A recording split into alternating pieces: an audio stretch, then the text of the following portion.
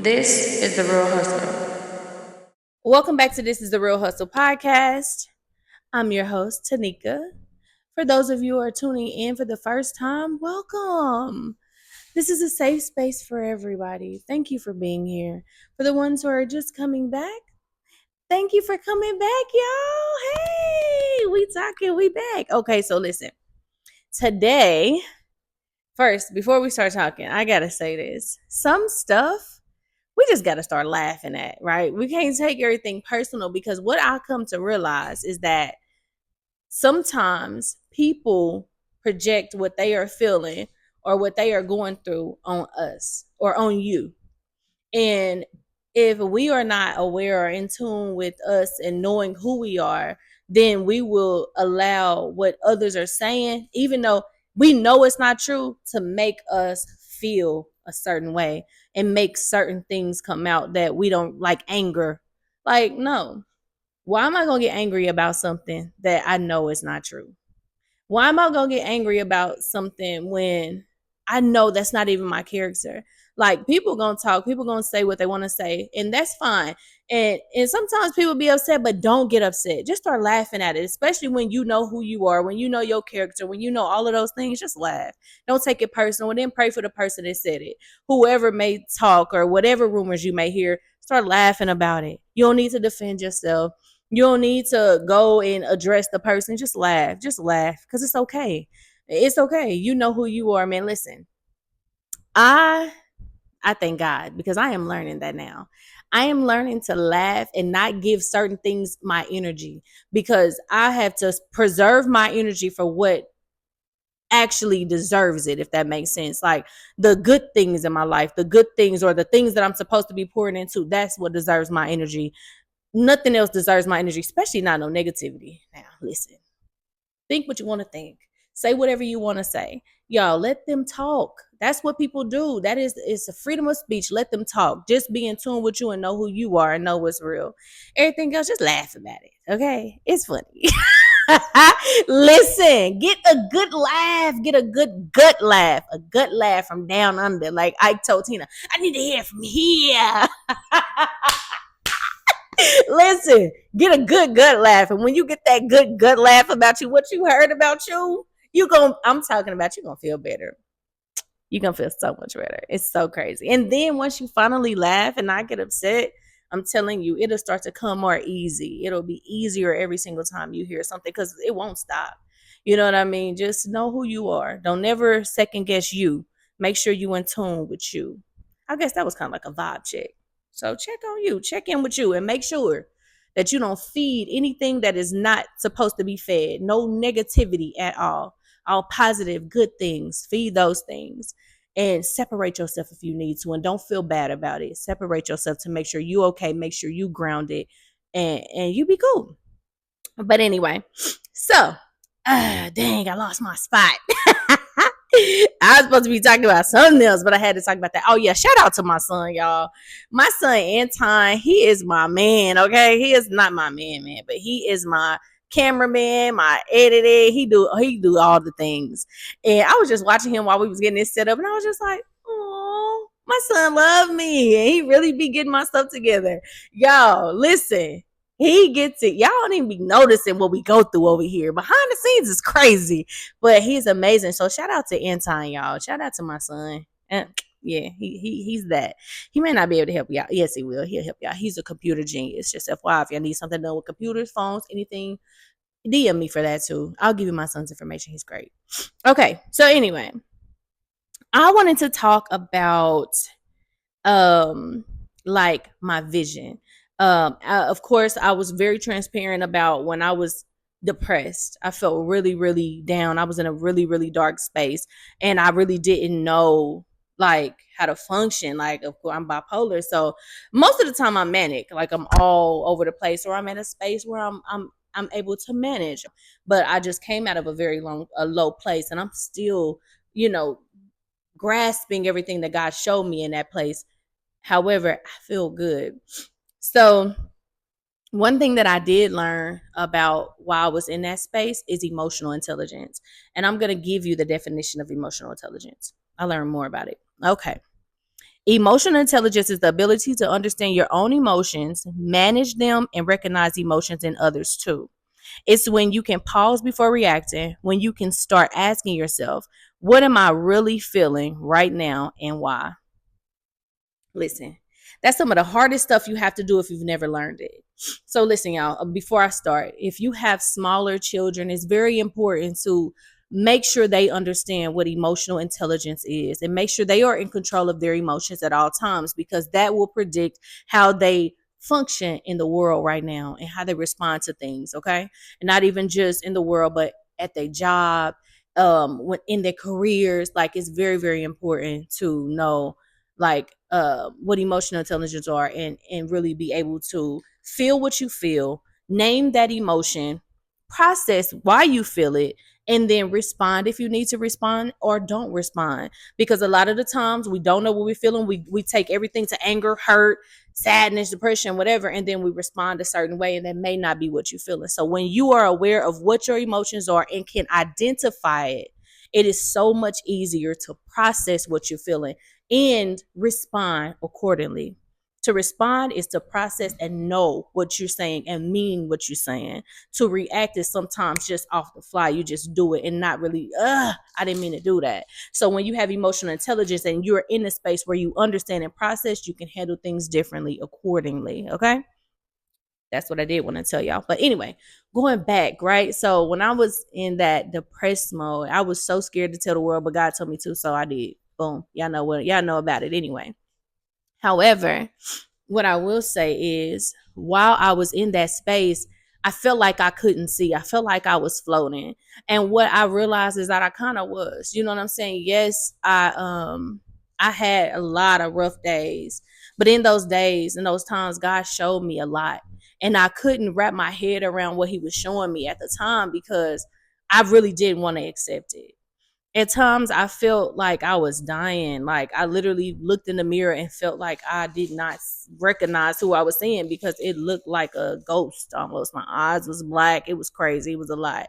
However, I had a conversation with a few people, and what I realized was, and God confirmed it, was that I seen somebody in the mirror that didn't look familiar, that looked like somebody that was dying, because that person was actually dying. I was shedding the old version of myself. And not only was that person shedding, I was also shedding old habits. I was also shedding old relationships. I was also shedding old responses. I had to let go of those things, and I did not want to. It was a battle, and I didn't realize how hard it was. And really realize what was happening in the moment. Mental health is real, right? And it's a lot of people who go through it. However, our perception is our reality. So when you're in the midst of it, you may not feel like God is working or he's doing something. But when you come out of it, if you just sit back and think about what you went through, and then think about what all you learned in that process, you'll be amazed how, when God has you in those dark places and those low places, it's really for a reason. It's for your good. So going back to myself, when I was in that space, I seen people in a different light that I had never seen them in before. And not necessarily light. I was in darkness, so I seen them in those dark spaces. And I mean, not to make it like, I don't think I'm better than nobody, because I'm not. However, when you are not on the same level as other people, you cannot process or really grasp who they are. Sometimes God has to allow you to get down in the bottom or in the darkness to see the things around you that you need to see, the people around you that you need to see. Like, it was so many things that he showed me while I was in that space. And as I came out of it, like I told you, I had woke up one day and was like, am I here? And it was because God said, okay, she's seeing what she needs to see. She's ready now. He allowed me. He started helping me come out of it. He was with me the whole time. I didn't feel like it. However, he was. And he helped me come out of it. And so once I started to come out of it, every day he started to reveal different things to me. And it's been an emotional roller coaster. And I didn't understand why. But the other day he told me that it was my grieving process. I've never actually allow myself to grieve anything consciously, right? Because it didn't feel good. I would go to drinking, smoking, whatever. I would do all of those things so I didn't have to feel it. I didn't have to go through the process. And so this time, God I went through the process. I had no other option. I can't drink, right? I'm gonna be all the way honest with y'all. I had started smoking a little bit. So I'm thinking, you know what I'm saying? Like I wanted to feel numb, but it got to a point where I couldn't do nothing. Okay. I couldn't do nothing. I had to cold turkey everything and actually go through the process.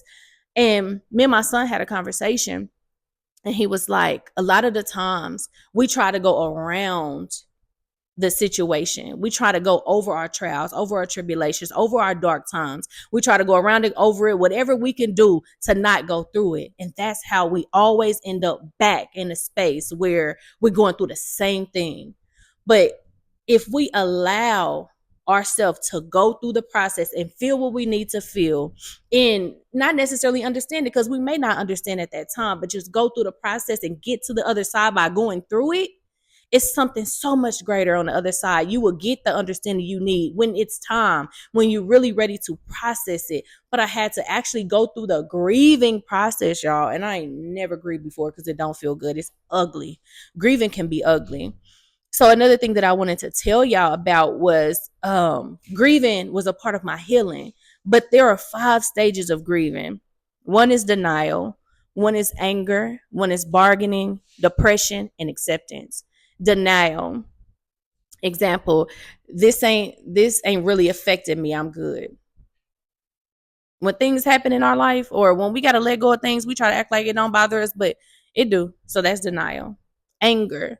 Why did this happen to me? Why did I stay that long? Why didn't they love me? Woo! Okay. That last one, why didn't they love me? I'm talking about it would make you so mad because it's like, I love y'all. I love people. I love whatever these things are. I'm grieving. I love y'all. Why don't y'all love me back? Why do I have to let y'all go? I don't want to. I feel forced, and it makes me angry because I want to love you. However, I still can love you, but just not in the same manner that I did because I was putting myself to the side. Anyway, that's going too far into something else, but you understand what I'm saying. Bargaining is, says, for example, if I just do this, maybe I won't have to feel that. I went through that. I started smoking. I don't smoke. I started smoking so I didn't have to feel nothing. I wanted to feel numb. If I can feel numb while I'm in this space, I'll get through it. I'll be cool. Self-medicating, bargaining, like, okay, if I feel numb right now, God, if I do this, like, you know what I'm saying, so I don't feel it, like, let me get through this, you know what I'm saying? But he said, no, you can't do that. So I had to stop. Anywho, depression. I miss my old life. I miss how it used to feel, even when it was broken. You start to like feel sad about your current state. Like, why am I right here? Like, I can't believe it. I wish everything could be the way it was. Being the way it was is not necessarily healthy. Being in a situation is not necessarily healthy for you, not even saying like physically, but I'm talking about spiritually, emotionally, mentally. So you may feel depressed, but you want to go back because it felt good, you know what I'm saying, because you don't want to feel what you're feeling. The last thing is acceptance. I'm not who I used to be, and that's okay. I'm becoming. Woo! When you really understand what that means, actually accepting what has happened or what is happening and being okay with it and saying, I got this regardless. And this is not a bad thing. I gotta let these things go. Now, before, I felt like the grieving process was too hard. I feel like I would never get to acceptance. And I'm not even talking about where I was in this dark space. I'm talking about period in life. It's been times I never wanted to grieve because I'm like, I know dang well I'm not ever going to get to the point where I'm okay with what happened and having to let go of these people's places or things, or these people, places, or things. I'm not going to get to that point. I never told myself that I would, because I did not want to let go. Like, seriously, I didn't want to let it go. So I held on to it, and I never got to the acceptance stage ever. However, well, I'm going to say ever. Well, I don't know if I could say ever. Anyway, however, moving forward, after going through this process, I'm finally getting to a space where I can accept what has happened, what was my past, the traumas, all of the things, the people that I got to let go of or had to let go of, the old me, all of the protector, all of the fight or flight me, the survival me, all of those things I have to let go of. Am I done grieving it? Absolutely not. It is a roller coaster. However, some of it I have accepted. And when you accept it and you realize it, it feels amazing. So I pray that whoever is going through a grieving process, no matter what that grieving process is, that you get to the acceptance part, because that's when you start to feel a little bit of relief. Like that foot is off of your chest, like the blinds are up, like you're not in darkness. Like it's hard, and it's no time limit on grieving. It's no time limit, but be intentional in your grieving when you can to tell yourself, I am okay. I am okay. Even if I don't feel it, I am. Because what you tell yourself, what you think, what you feed the most is what actually happens. That's what comes into fruition. That's what comes manifestation. That's real. Listen, I'm talking about me and my son, Terry. We be having some deep talks, y'all. Like it's so crazy. I can't tell every conversation because I can't even remember verbatim. I'd be lying if I did. However, there was one conversation, and some may agree or may not agree. I'm just like Jesus, right? I'm like, where did Jesus come from? You know what I'm saying? I've always had a little issue of understanding how he came and how he was God's son, right? So we were just talking because in the Bible it says that Jesus was here before after Christ. You know that I ain't whatever. Okay, so how he explained it to me to where I understand was like Jesus came from God. Jesus was basically like a thought. He was um manifested from God. God wanted to give love to the world, and people, I don't know if I'm explaining this right. However, I'm going to tell you how I interpreted it. My perception is my reality, and my perception is what I believe, right? And how I process sometimes. So he said that basically Jesus was a thought in God's mind, or a feeling, or a belief. He loved people. He loved us so much. And the world was corrupt. And sometimes people don't believe what they don't see.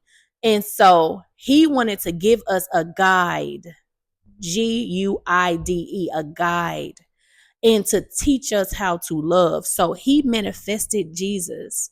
So Jesus came here to love us unconditionally, and he came here to guide us to God.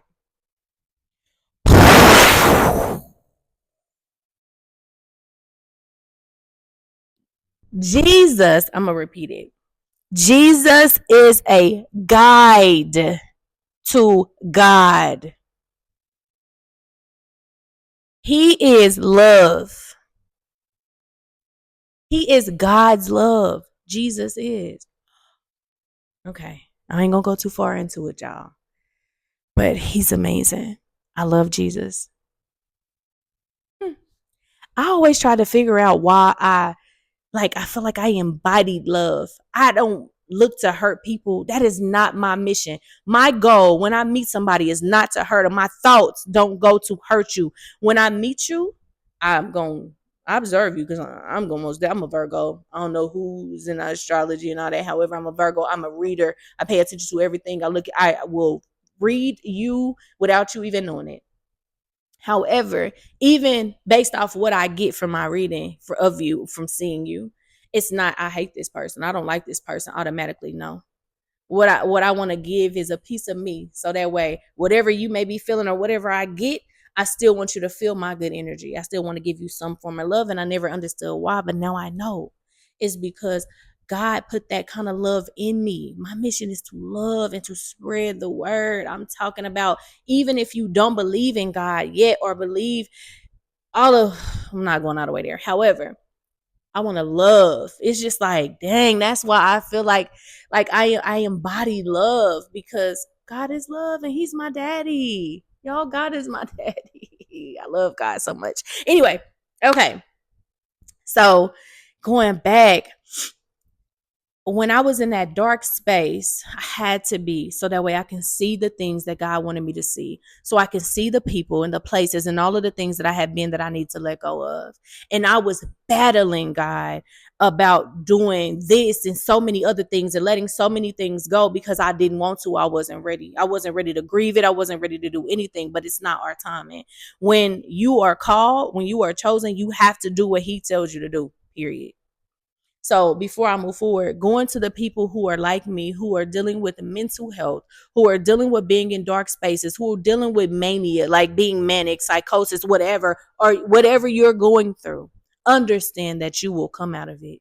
You are okay. We are okay. No matter who agrees with mental health or mental illness being real, no matter who agrees with what you're going through and feeling like you could just pop out of it, no matter what, take your time, do what you need to do for you, but understand that you will be okay. I am a living witness. I am a living witness. There's been multiple times I've been through stuff, manic, depressed, or whatever, and God has pulled me out, and I have came out of it every single time.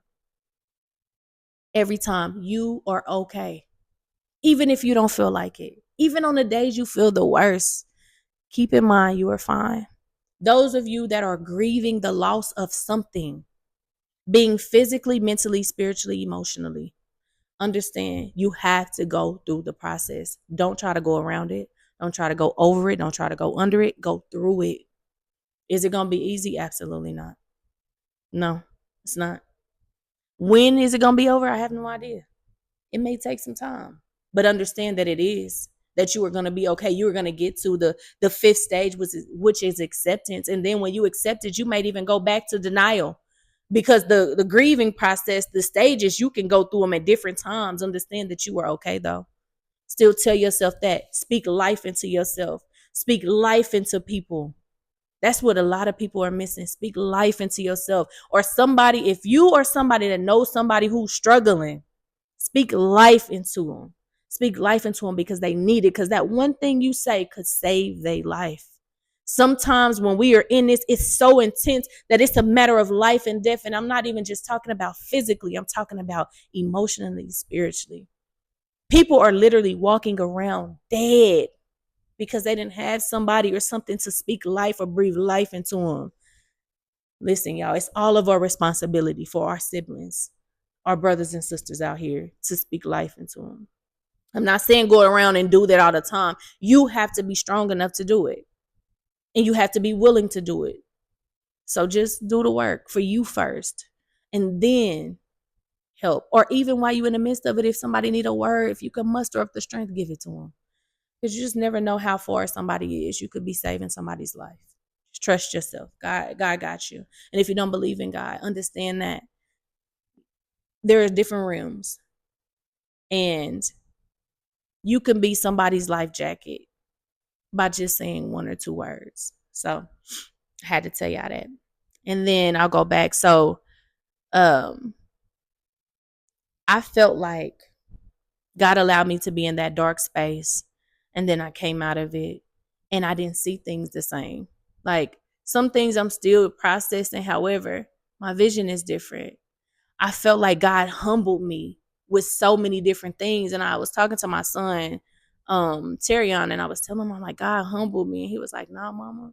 I said, yeah, because I don't see stuff the same. Everything I want to do different. I was talking to him and he was like, you wasn't humbled. You always been humbled. Like, he didn't say it like that, but he was just like, because I know I'm a humble person. However, I'm like, maybe I wasn't. And he was like, no, God purified your vision. Purify my vision. So now I see things the way I'm supposed to. Not every single thing, but the things that I needed to see that I wasn't seeing, I see now. And this is a process that I'm still going through, but I'm willing. I'm ready. So if we are willing and we are ready, he'll do everything else. It's not easy though, y'all. It's not easy. I feel like I got a little too deep. I'm sorry. I went a little off script. But I'm just saying, we all right, y'all. We're going to be all right. No matter what nobody say, no matter what anybody comes to try to do, understand that we are going to be good. Don't let nobody come and be playing with your head. Understand that you are okay. All right. So I didn't want this to be too long. However, there was a question that I had to ask myself in this space. I said, am I afraid of healing because I don't know who I'll be without my pain? Can anybody answer that question? Ask yourself that. Am I afraid of healing because I don't know who I'll be without my pain? That is a serious question that I'm still working on processing and answering. That's my hustle right now, y'all. Processing what I just asked and wondering if I've been running and hiding from the actual version of who I am because I'm scared of who that looks like without the pain that is attached and the trauma that is attached to me. Scary. I don't know what that looks like. However, I do know that that person without the pain is amazing. She don't have to hide behind masks. She don't have to go in spaces where she got to entertain people for them to love her, to like her. I know so many things that she doesn't have to deal with and also that she won't accept because parts of her I have allowed to come out and be like, we ain't going for that. So that's something I want to sit y'all with. I want to sit here. Y'all, I'm going to give that to y'all to process while I'm processing it too. And just really ask yourself that question. Like, ask yourself that question. And then be honest with yourself about it. And when you actually are honest with yourself about it, pray and work on not being afraid to let that person out because that person is the person, she's strong or he's strong. And he can handle more than what survival would allow him or her to handle. He can handle more than being accepted could allow. He could handle or she could handle more than what being abandoned would allow. Like all those things. You know what I mean? I'm telling you, y'all, we can do this. We're gonna do this together. I'm telling you. I'ma stand in a gap for y'all. I need people to stand in the gap for me sometimes too, but also protect your space, protect your energy, protect your spirit in these moments.